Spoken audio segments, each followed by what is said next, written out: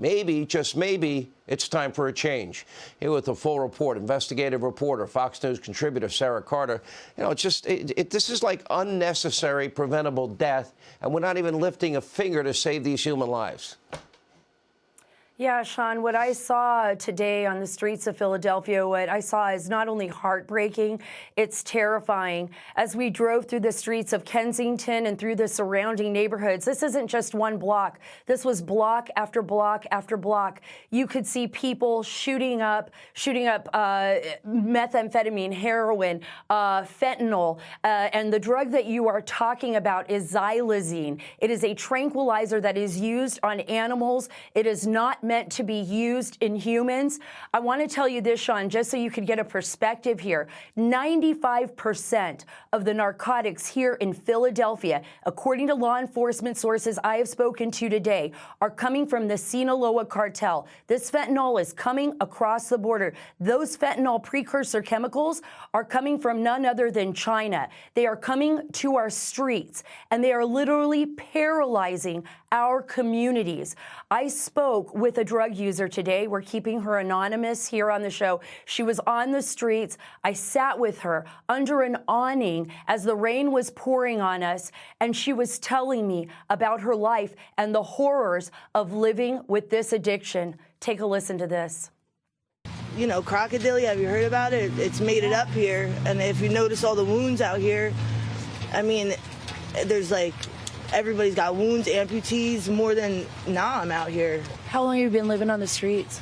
Right now, I've been spurts, but right now I've been about 5 years. I just lost my husband a year ago to an infection. They've been putting a lot of this tranquilizer and this, what you guys call on the street, crocodile, into the drugs. Are you scared that you may not survive the next hit? You know what's scary is when you kind of try and clean up or go to a hospital and then come back out, you're more likely to die. Like, you know what I mean? It's actually trying to get clean and then coming, like, trying to just maintain a little bit of a feel, you know what I mean? That's what's scary, is that, like, if you do come back, you're more likely to overdose 3 or 4 or 5 times.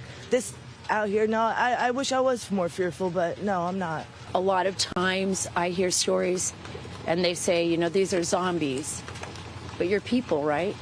Yeah, we are people. We are. But we're also zombies. We're the Night of the Living Dead out here. It's terrible.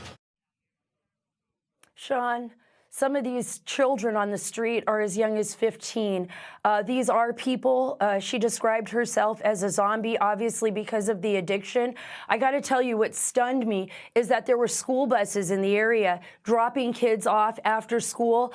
There were parents. You could see that they were good parents, by all means, mothers walking with their children, trying to navigate them around the drug usage, around the drug dealers. And I thought to myself as a parent, you know, this is someone's child. This girl is on the street, but she is someone's child.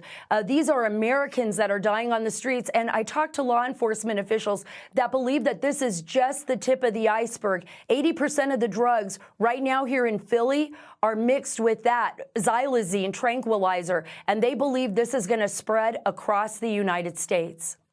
Sean? Sarah, I mean, what a chilling report, sad report. I mean, these drugs basically are people committing suicide. They're killing themselves right before our very eyes, and our children are seeing that as well. A well-done report, but sad to see. People need to wake up. We can fix this.